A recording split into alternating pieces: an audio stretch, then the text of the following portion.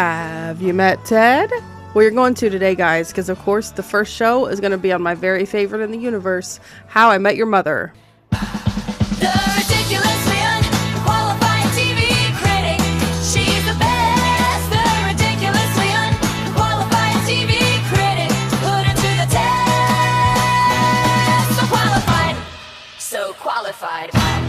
Welcome to the actual official first episode of the Ridiculously Unqualified TV Critic. That's me. I'm Kiza. If you don't know what that means or what a Kiza is, you can go listen to my intro show to learn a little bit more about what a Kiza is. Just a short intro and a quick disclaimer. Each episode of my show will be 45 minutes to an hour, some shorter, some longer. Me giving you my very unqualified opinion of a show. I guess I'm technically unqualified in the professional sense. I don't even know what the hell that means. Like, do you go to school to be a fucking TV critic? I don't think you do, right? That's not a major. I speak as the average consumer, the average demographic of these shows. From my own crazy ass perspective, I feel like I'm qualified because I see TV as art. It's my favorite art form. It's my favorite way to experience a story. And you just got to let go of that societal bullshit about, you know, it being lazy to watch TV. And TV is art. Movies are art. Music is art. It's all art. You should not feel bad about liking it. Disclaimer, a short one. I have salty language and some of these shows got nasty stuff in it. So listen at your own risk. So today we are watching and rewatching How I Met Your Mother, my absolute all-time favorite. It has become my number one comfort show, my best friend show, my everything. It used to be Friends. I think for a lot of people it was Friends for a long time. Don't lie. It probably was for you too. Don't lie. Quit lying. It was. Everybody loved it. It was hilarious. And I really feel like How I Met Your Mother, obviously, just like a lot of sitcoms, mirrored that same template. I'll talk a little bit more about that later. Anytime I'm asked what my favorite anything is, my mind automatically jumps to the thing in that category that actually like made me feel something physical. I'm a feeler. I get the feels real easy, guys. I can't help it. I'm an older mom and everything makes me fucking cry. And you can't show me the TikToks of giving the people, you know, homeless people money in the street and troops coming home and all that shit. You can't, you know, I'll just be a puddle of hot mess. And if a show or a movie can do that, that's a big deal to me. That's moving art and it means something to me. It teaches. Art teaches, I think. It helps growth. It teaches lessons. It makes you happy. It makes you laugh. It makes you cry. It's just meaningful. TV does all that. So how is it not art? I ask you. Like, don't argue with me. Stop. So when I'm asked about my favorite TV show, this show just pops in there. Like there's nothing else rivals it anymore. I started watching in 2009. Long time after it started. I immediately got hooked on Ted Mosby's character. Don't get me wrong, every character is solid gold on this show, but Ted spoke to me. Ted was me. I felt like I saw a lot of myself in Ted. I saw a lot of his life mirroring mine, his feelings mirroring mine, his opinions. I imagine he spoke to a lot of people. The show was really fucking popular, so I'm not the only one. Just like Friends and many other sitcoms set in New York City, follows the lives of 5 close friends who hang out together in one public space most of the show. Don't fix what ain't broke though, right? Like this template worked for quite a few times. You can argue if you want to that they weren't good shows or whatever, but all the ones that follow this sort of template were pretty damn successful. So why not? You know, mainly follows the love life of the main character, 27-year-old Ted Mosby, played by Josh Radnor, the King, a single architect trying to navigate the joys and horrors of dating while also chasing his dream of designing beautiful buildings in the New York City skyline. He lives in an apartment above the bar where they all hang out. Doesn't it sound familiar? But like I said, man, with his college roommate Marshall, played by Jason Segel, also a fucking genius. Why don't you have a baby with your butt? And his fiancée Lily, played by another genius, Allison Hannigan. Marshall's a law student and Lily is a kindergarten teacher and artist. Marshall and Ted were roommates back in college. Lily went to the same school. They all met in the same dorm. Barney, played by Neil Patrick Harris, another freaking genius all the way back to childhood. Came into the picture much later. He met Ted at McLaren's in the bathroom, and he decided he was going to teach Ted how to live, like it or not. He's been around ever since, but his exact line of work, it's not really revealed till like the last season. We just know that he wears suits, he signs things, he sleeps around. The gang met Robin, played by Robin Scherbatsky. Sorry, I forgot her last name, which is fucking epic. Kobe Smulders. Ted saw her across the bar, fell madly in love with her. Classic schmoozy. Robin is a journalist and news anchor from Canada who used to be a pop star. Robin sparkles, we find out over time. She's also got so many fucking weird skeletons in her closet. She's honestly, I love the depth of Robin's character. Like, there's so many layers to her over time. The show predominantly focuses on Ted's search for his soulmate, but it also spends a good amount of time on the friendships between all 5 of them. And Ted, how Ted relates to each of them too. I also like that about the show. One of my favorite things about little unique things about the show is that each episode is retrospectively narrated by future Ted, and he's telling the story to his children who are sitting on the couch in front of him.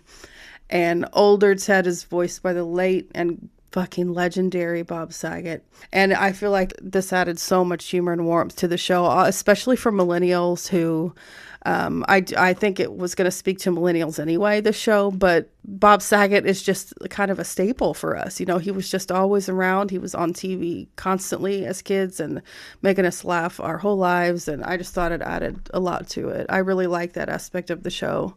And there's been argument too about, I've seen discussion online and Reddit and things like that where, why is, if at the end of, in the last season, it shows Ted talking to his children as an older man, and it's obviously not Bob Saget's voice, and it's a plot hole and this and that. But I feel like the best argument I saw for this was that Bob Saget's voice was the way Ted sounded in his own head, if that makes sense. So it was kind of being told from his head. I like that explanation.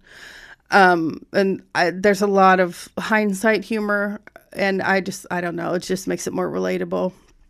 The show premiered September 19th, 2005. Its finale was March 31st, 2014. It had 208 episodes over 9 seasons. The theme song is a little remixed clip, you would say, of Hey Beautiful by the Solids. Such a good theme song, as simple as it is. Directors Pamela Fryman directed 196 of 208 episodes, but other directors Rob Greenberg, Michael J. Shea, and even Neil Patrick Harris, legend. Writers were Carter Bays and Craig Thomas, fucking genius writing. And I'm telling you, if you got this far in and you haven't gotten it by now, if you haven't seen the show, you gotta watch the show. Like, if you like sitcoms, if sitcoms are your thing, if you like an ensemble cast, which I'm a really big fan of, as you'll notice, it's kind of a recurring thing for me. You gotta watch it. It's worth it. It's worth the time. God, millions of fucking amazing recurring guest stars and cameos. Like, the show was unbelievable. I won't go into every single one of them, just a few of my favorites, but the fact that all of everybody's significant other was in the show, I find that to be a really cool little Easter egg too. Alexis Denisoff is Sandy Rivers. That's Allison Hannigan's husband in real life. I think that's really cool. Susie Plaxton plays Mrs. Erickson, and I don't know how many of you remember Mad About You, but I fell in love with her in Mad About You as Joan. Just a throwback, and I'll have a whole episode on Mad About You if any of you, I don't know if there's any other millennial moms excited about that show, but David Burtka as Scooter is Neil's husband in real life. How cool is that? Just little Easter eggs like that. Cal Penn as Kevin. Frances Conroy as Loretta Stinson. Bro, she's the fucking goat. I love her so much.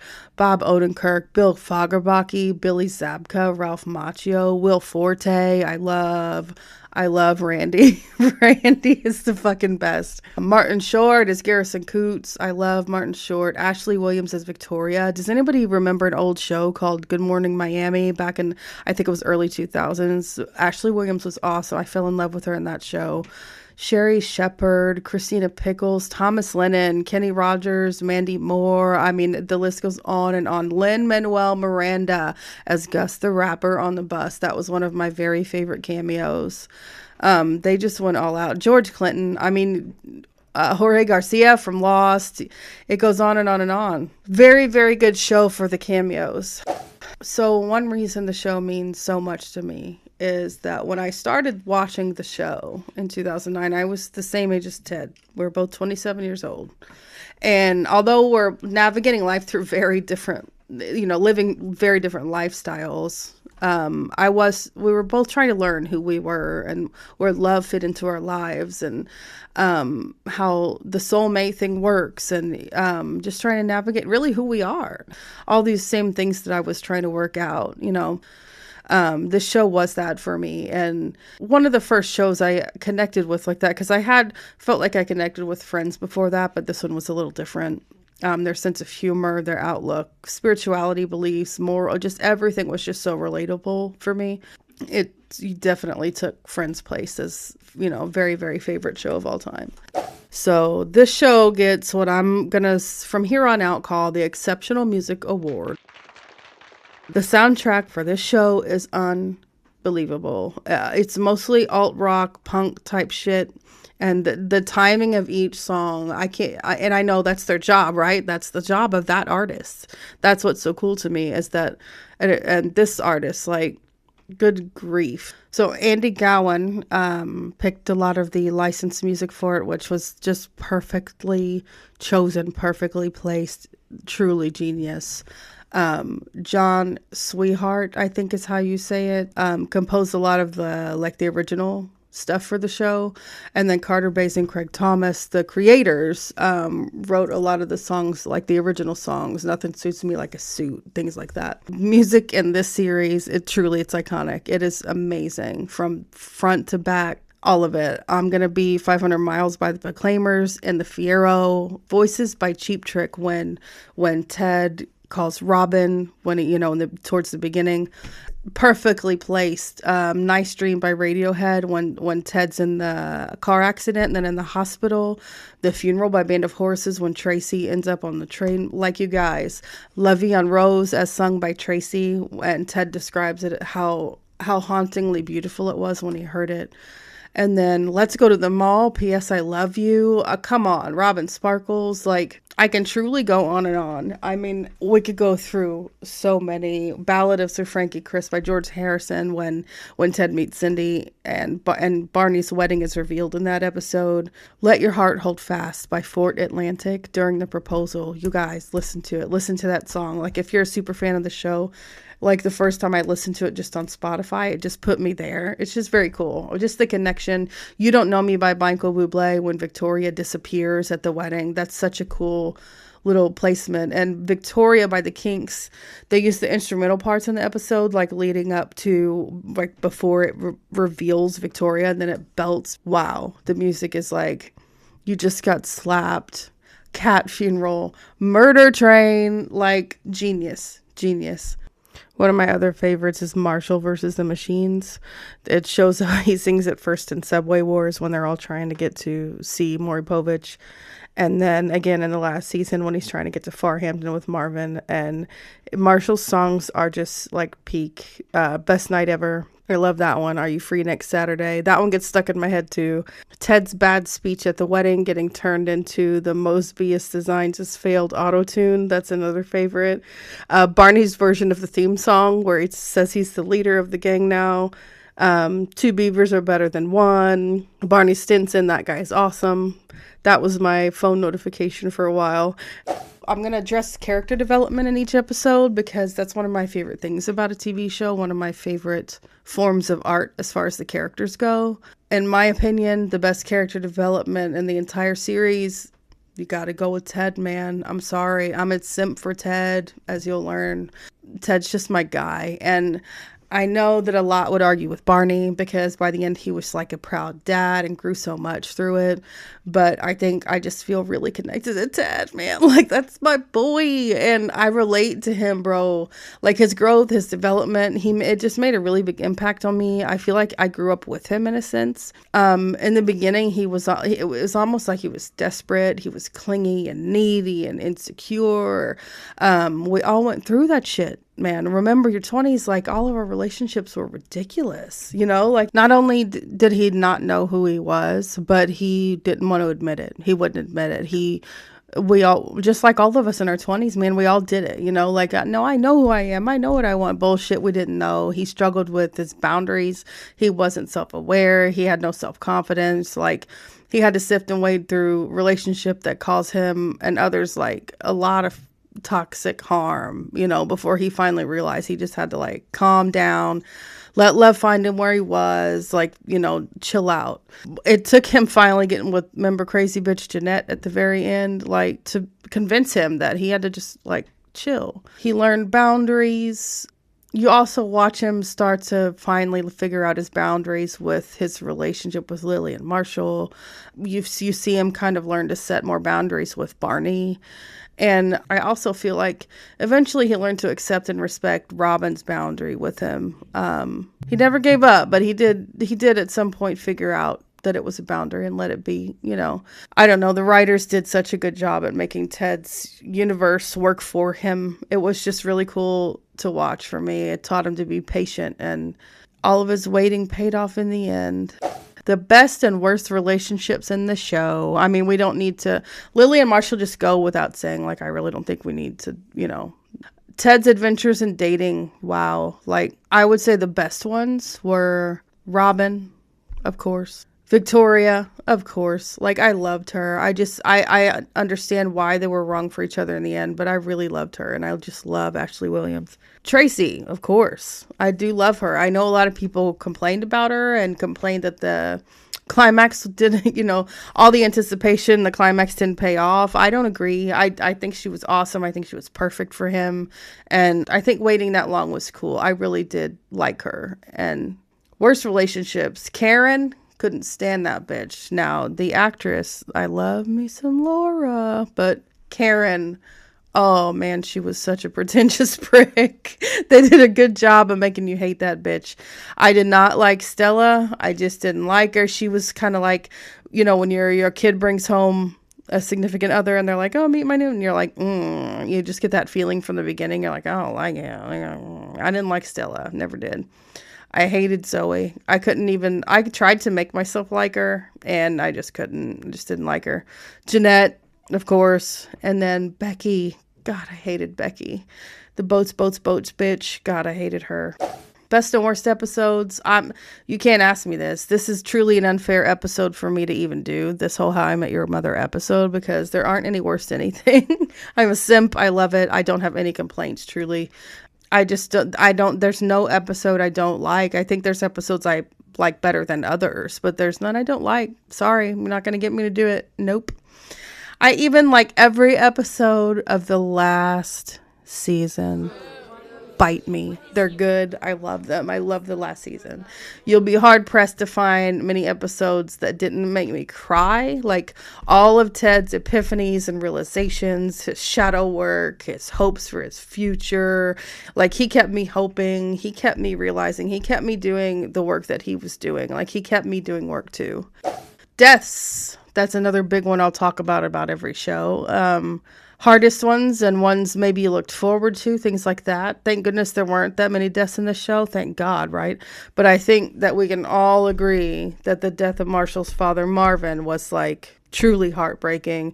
The episode, that's another cool Easter egg about the show, is that episode, the way they counted down the moments, if you pay attention, and every scene that changes, there's a number. I can't remember what it starts at. I'll have to look. I don't remember if it starts at 30 or 20 or what, but it's like it's somewhere in the scene, there's a number, whether it's on a piece of paper or a door or something, and it counts down to the moment where Lily shows up and tells Marshall what happened. It was just very cool, and it made it so much more emotional, and I know that's what they were after, but man, they fucking nailed that episode. They really did, because my heart was truly broken. I've seen this episode like 15 times, man, and I still cry every single time. And the Last Wars episode right after it too, just heartbreaking. I mean, I know we were all sad when we finally learn in season 9, episode 19, that Tracy's sick, and it's kind of implied that she's not going to make it down the aisle with their daughter and things like that. It wasn't as impactful to me as Mr. Erickson's death. I mean, because we had learned to love him through the whole show. So they made sure that your sadness and compassion was more felt for Ted, which I really think is really cool. Like, they didn't want it to be so focused on her, because we barely knew her, and it was all about Ted. It was always about Ted. So I like that they kind of did the way they did that. It was a genius way to tell that story, that you are more grieving for him and his loss of her than for her. So you're more invested in his healing and his future, rather than, oh, and we can't forget to mention Mark from the bar. R.I.P. Mark, right? Who's Mark? Criticisms or issues with the plot, relationships, or characters is another little section I'm going to have in my show. Guys, I've heard a lot of criticism of the show over the years, and I just kind of smile and nod, boys, smile and nod, because it's mostly about the last season. You know who you are. And the last episode, or regarding who Ted ends up with in the very end, etc., etc. Be quiet, because if you pay attention to the first 8 seasons, it all leads up to exactly what happened in Farhampton, exactly what happened in the very last episode. It all makes perfect sense. And the entire last season taking place during that one wedding weekend was fucking genius, because let's face it, like Abed talks about in Community, everybody either loves or hates a bottle episode, right? And that was kind of a bottle episode on a bigger scale, I guess you would say. But I personally love bottle episodes. I don't know why. I've tried to analyze that before, and I guess there's probably a psychological reason we like things. I guess it's comforting, but I love a bottle episode, so a bottle season was fucking perfect for me. I loved it. I loved every second of it. And it was like the perfect way to highlight that this wedding weekend really would be the last weekend that they were all just a bunch of friends, like hanging out together, rather than married people with futures and children and families and kids and 2 kids and 3 kids. And then Ted meets her and life moves on. And I just thought it was beautiful. I really loved the way they did it. I wish I could sit down with the writers and go through all my favorites of everything and just tell them what geniuses they are. Is that weird? Like, it just truly genius, the show. So that's where I'm going to stop it, because on my favorite show, I could go on and on and on. I hope you guys liked it. I hope you'll give me a follow and a share, and I hope you'll keep coming back. Bye, guys.